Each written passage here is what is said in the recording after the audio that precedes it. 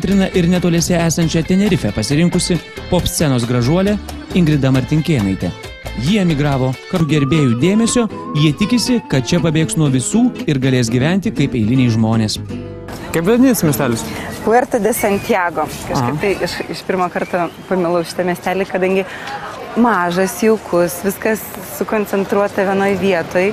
Ir nuostabus pliažas. Pliažas jisai toks iš dulkių.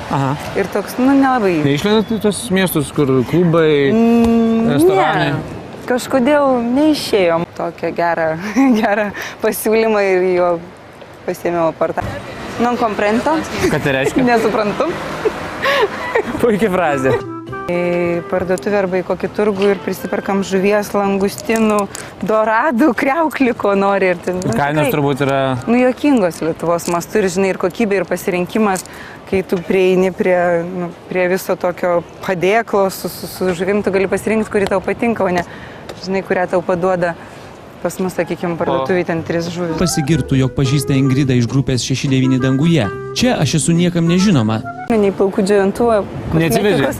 Ne, kosmetikos minimum, tik tais lūpdažis ir skaistalai jo. Čianais paneigi mitą, kad blondinių grupės narės, merginos be aukštakulnių negali, be pudrų negali.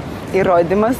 Su tapkėm visą laiką visur. Jo, iš tikrųjų taip. Tiesa, nors mūsų žymybės šiuo lengvai nepasislėpsi.